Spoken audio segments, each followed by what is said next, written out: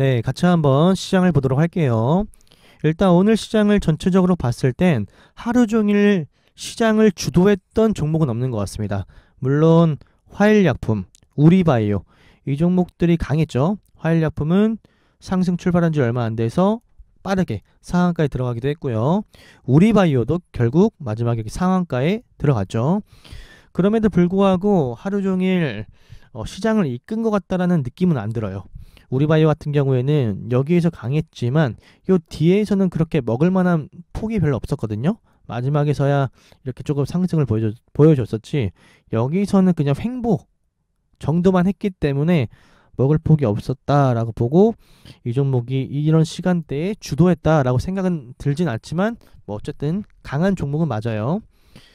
그래서 제가 봤을 때는 정말 하루 종일 이 시장을 흔들어 놨다 한 종목은 없는 것 같고, 그럼에도 불구하고 장 초반부터 장 막판까지 고루고루 해볼 만한 종목은 충분히 있었다라고 말씀을 드릴 수가 있을 것 같아요. 장 초반에는 그 고려 시멘트 이 종목들이 강했죠. 지금 시멘트 이쪽이 수급난이 우려가 된다라는 이슈를 달면서 일단 성신량에, 그리고 한일 시멘트, 삼표 시멘트, 고려 시멘트 이렇게 시멘트 관련 종목들이 올랐습니다. 성신량의 우가 빠르게 상한가에 들어갔고요. 그리고 고려 시멘트가 실질적인 어떤 대장을 했었죠. 거래대금이 많이 들어왔기 때문에. 그래서 아마 많은 분들이 이 고려 시멘트를 매매하지 않았을까 싶은 생각도 듭니다. 물론 일봉상의 저항들이 있지만 그래도 이런 구간들을 돌파해주고 올라간 것이기 때문에 비교적 일봉의 상태가 괜찮죠. 그래서 아마 많은 분들이 앞에서 돌파 매매를 하셨을 거라고 생각을 합니다. 저 같은 경우에는 고려 시멘트의 이 흐름을 봤을 때 이 눌림은 별로 하고 싶지가 않더라고요. 결국 이 전고점까지 상승이 나왔지만 얘는 항상 뭔가 이런 식이거든요.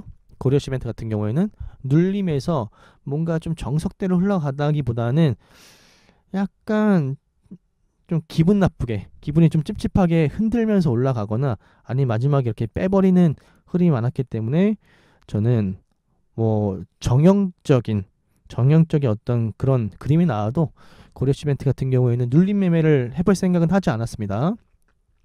그래서 고려 시멘트 같은 경우에는 앞에서만 매매를 하고 나왔어요. 앞에서만.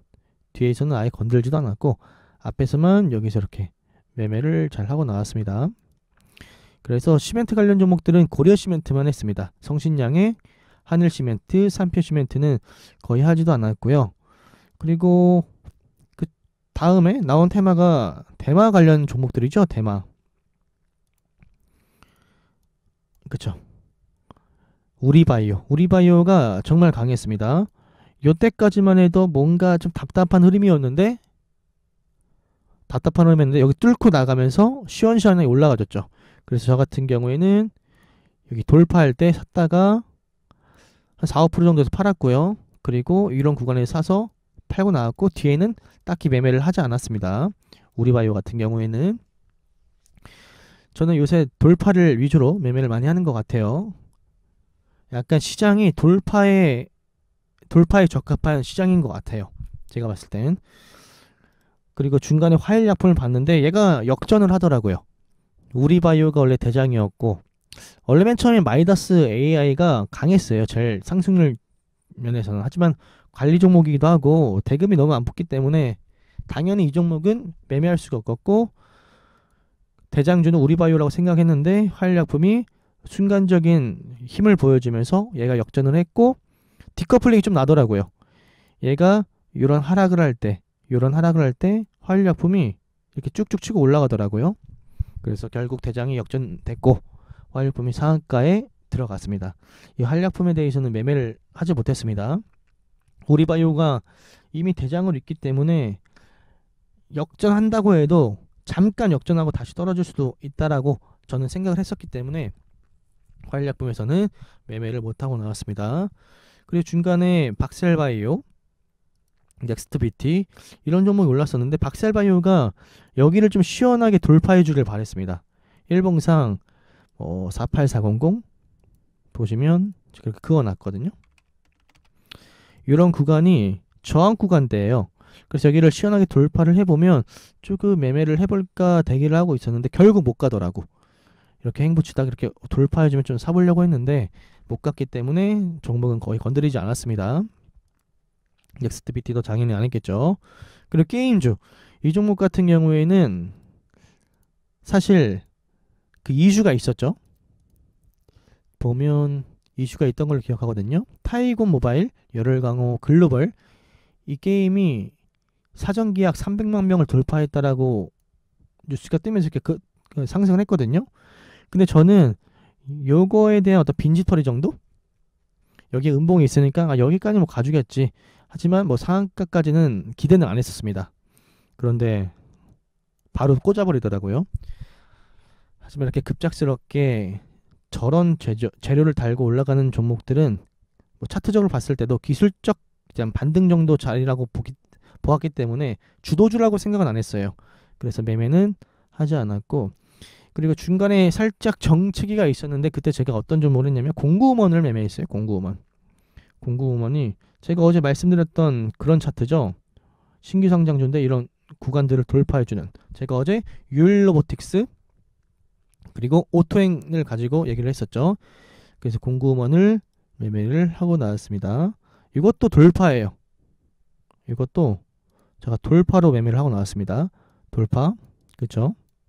여기는 그냥 눌림, 스캘핑 느낌으로. 보시면 제가 요새 들어서 돌파 매매를 즐겨하죠. 그쵸? 그러한 이유도 분명히 있습니다. 미세하게 시장을 느껴보니까 돌파 매매가 지금 잘 먹히는 시장인 것 같습니다. 물론 종목마다의 이슈도 이슈지만 저번주 금요일 때부터인가요? 저번주 일동제약 그때부터 거래대금이 강한 종목이 돌파가 나오니까 돈이 좀 많은 시장 참여자들이 돌파할 때 많이 사는 것 같습니다. 그래서 많이 사다 보니까 돌파가 좀 잘 나오는 것 같기도 하고요.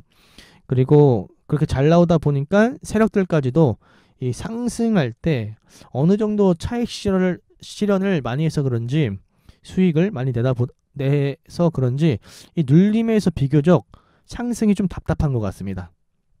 그래서 제가 요새 뭐 고려시멘트도 그렇고 뭐 우리바이오가 어딨지? 우리바이오도 이런 구간에서 제가 잘 공략을 하지 않았습니다. 물론 이렇게 올라가지만 최근 종목들을 보면 눌림에서 약간 지지부진한 모습들이 나오거든요. 그래서 여러분들은 거래대금은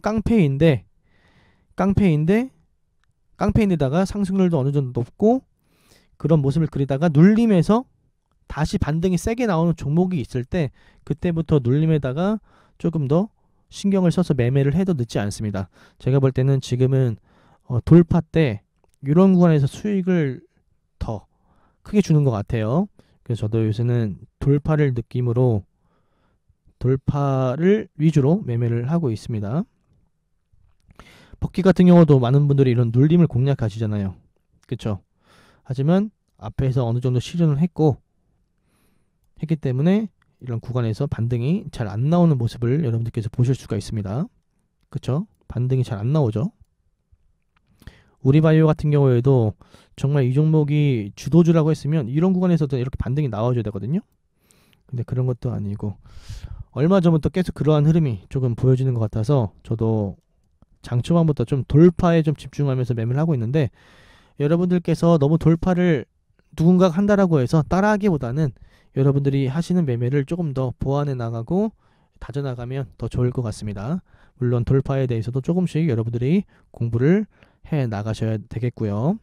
아시겠죠? 그래도 오늘은 중간중간에 어제부터 해서 중간중간에 매매할 만한 종목들이 좀 많은 것 같아요. 어제뿐만 아니라 이틀 전부터 계속 있었죠, 종목들은. 그러니까 여러분들께서도 지금 시장이 나쁘지 않으니까 긍정적인 마인드로 시장에 참여하셨으면 좋겠습니다. 그럼 영상은 여기에서 마치도록 하겠습니다.